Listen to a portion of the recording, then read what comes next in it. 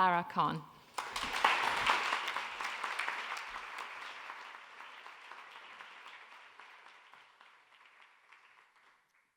Good evening, everyone. It's a really surreal experience when a non-Muslim feminist shouts out to me, a woman who's never experienced anti-Muslim prejudice, and shouts out to me, a Muslim who has experienced anti-Muslim attacks and who's spoken out a lot about anti-Muslim prejudice, shouts out that I'm an Islamophobe. And that's something that I've noticed more and more over the last few years in particular.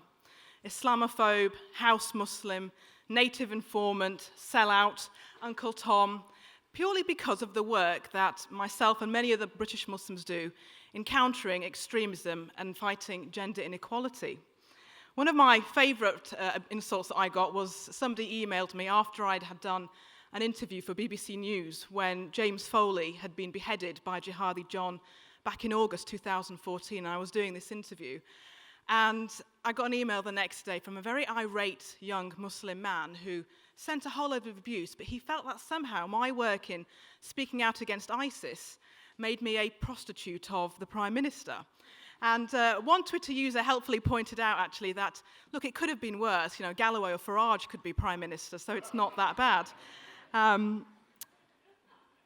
This particular incident of a woman calling me a feminist was I'd been invited to speak at a conference organised by feminists on the political left. And they'd asked me to talk about my work. What's it like to challenge gender inequality within Muslim communities? So that's what I did. I talked about speaking out against religious clerics and self-appointed community leaders who advocate marital rape or FGM, or who suggest that a woman is not allowed to leave her home without her husband's permission, or that riding on a bus or taking the tube violates Islamic law, and what that entails and what it's like and the backlash and the abuse that you get, and that's what I was speaking about. And many people at that conference absolutely showed solidarity. They got it, they understood it.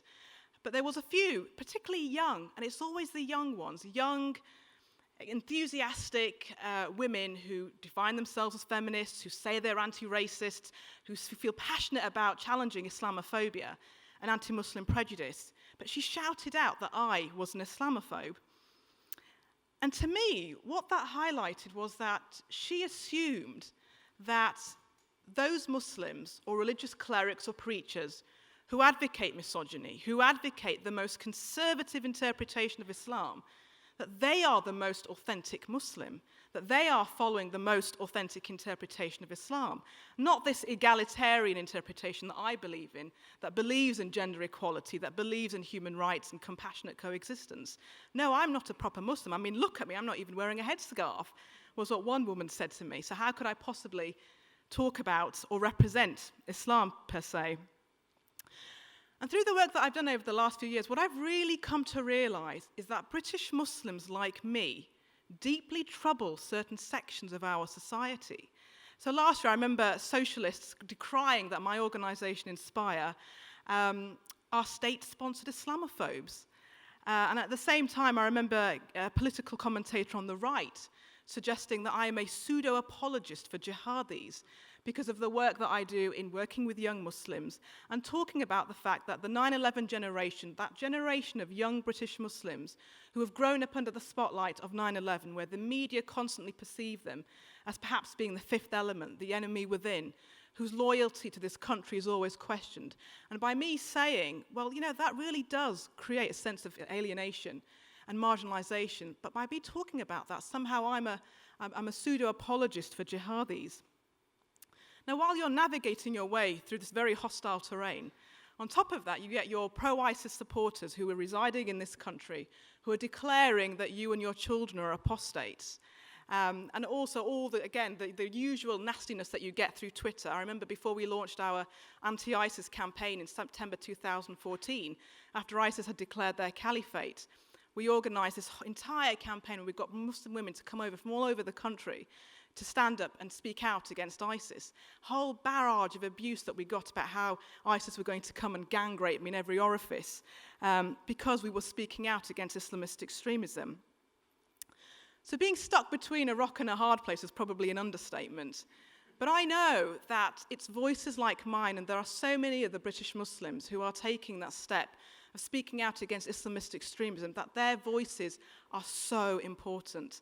I cannot explain to you the battle that many of these Muslims are facing, that when they do speak out against extremism, they get told that they are native informants because they're the sellout, they're not standing with Islamism. And just like my feminist friend, who thought that by me talking about Islamist extremism or speaking out against gender inequality, she couldn't make the distinction between Islam, the faith, and Islamism, the politicized ideology.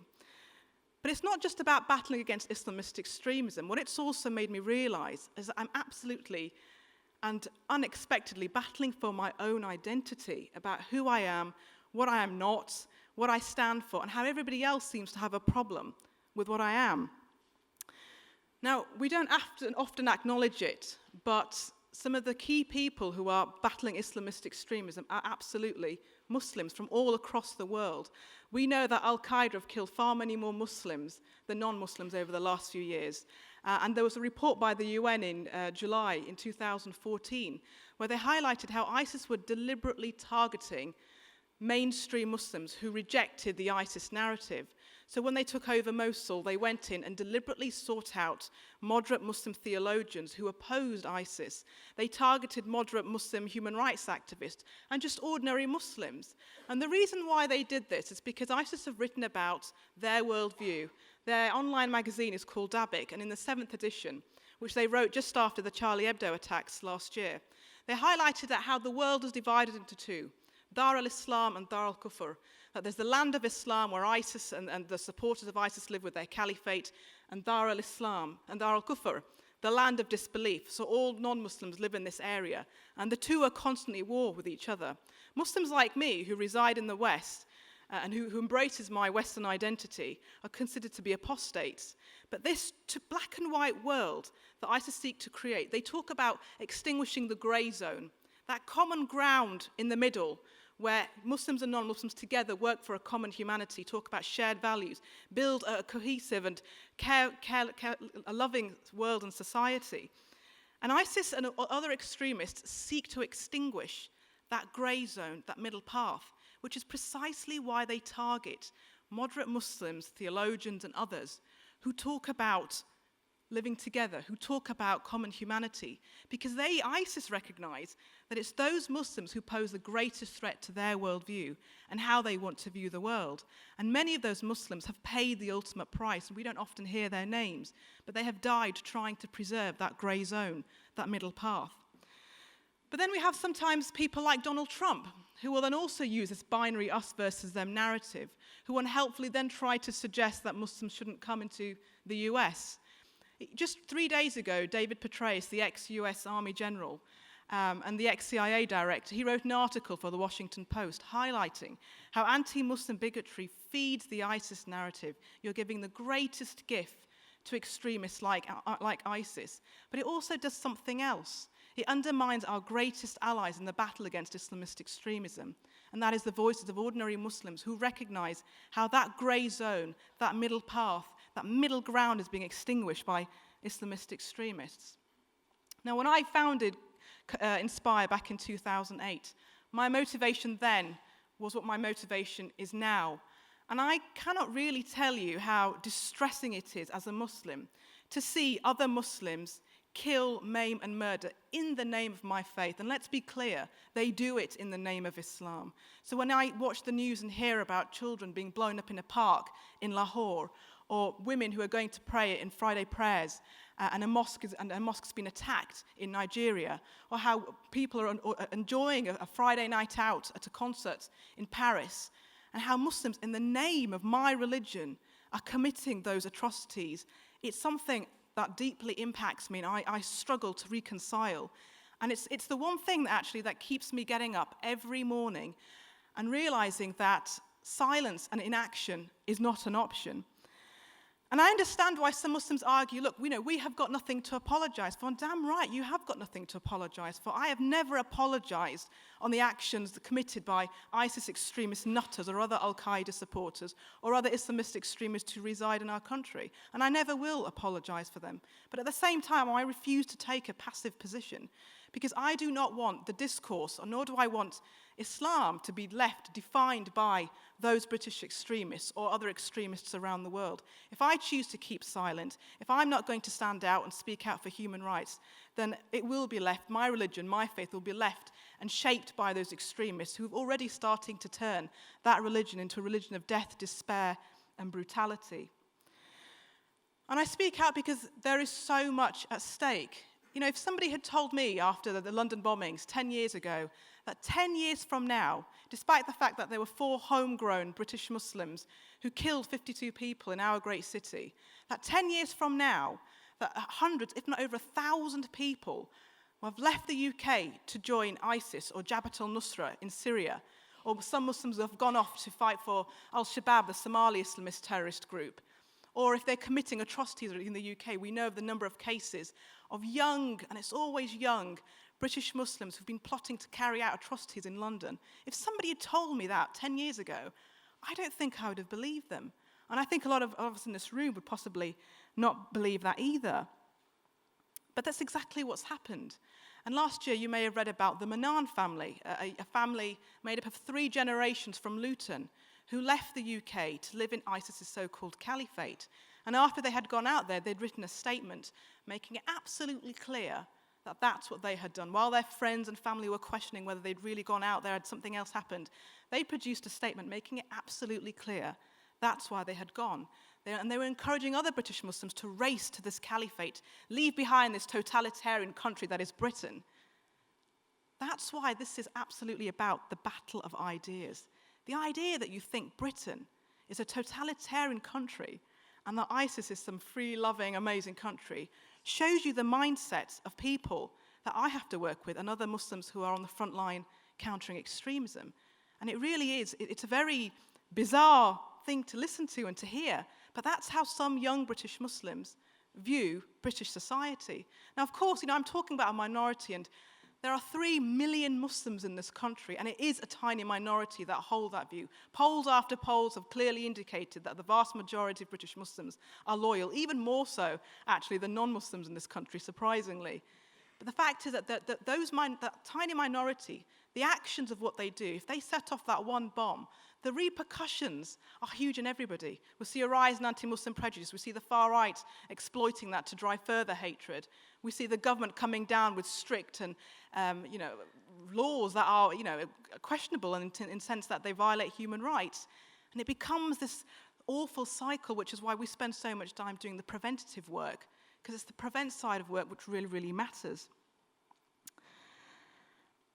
When I set up Inspire back in 2008, we didn't have any money, we didn't have an office, we didn't have anything. A small group of us, we just had one thing, which was passion and a cause. And we knew that we had to do something. And I remember I was pregnant with my second daughter at that time, and my first daughter was 2 years old. But we knew we had to do something. And I remember feeling, having spent a long time working within Muslim organizations in this country, that there were 2 large elephants in the room that I felt many of these Muslim organizations were refusing to address. One of them was gender inequality within Muslim communities, and the second was the fact that more and more young British Muslims were attracted and drawn to Islamist extreme ideas. And so we set up Inspire. And if there was one word I would use to describe what it's like to do this work, it's just the word battle comes to mind. Every day you feel like you're engaged in a battle. There is no normality to this work. I mean, how can there be? When a father rings us up and says, and he's weeping down the phone, he's crying because he's found out that his wife has taken their 2-year-old daughter to Syria. Or when a school rings us up and says, oh, look, I've got a problem. I've got a father who's making his 6-year-old daughter watch beheading videos. How is it that possible that I cannot do what I do and many other British Muslims? And there are lots and lots of cases like that. Or I remember speaking to a 13-year-old teenage girl whose desire more than anything was to marry a jihadi.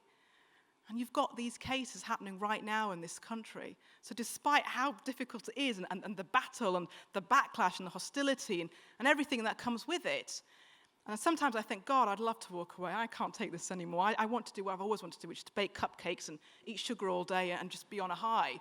I'd love to do that. But I can't. And I wish I could tear myself away, but somehow for me, I just see that threat so clearly. and I don't see enough is being done to champion that work. And I just really want to end with a quote, because I know my time's running out, and it really, for me, encapsulates the many British Muslim organisations I know in this country who are on that front line, battling extremism. And this quote by Rob Siltonen really describes it for me, what it's like, and to give you a taste of what my life is like. Here's to the crazy ones, the misfits, the rebels, the troublemakers, the round pegs in the square holes, the ones who see things differently. They're not fond of rules, and they have no respect for the status quo. You can quote them, disagree with them, glorify them, and vilify them. About the only thing you can't do is ignore them, because they change things. They push the human race forward. And while some might see them as the crazy ones, we see genius. Because the people who are crazy enough to think they can change the world are often the ones who do. And those Muslims who are on the front line battling extremism, they are vilified, they are hated, and they are called Islamophobes and native informants and house Muslims and Uncle Toms. But frankly, they don't give a shit, and they just keep on going because they know there is so much more at stake and that we all want to live in a culture of compassionate coexistence and tolerance. Thank you.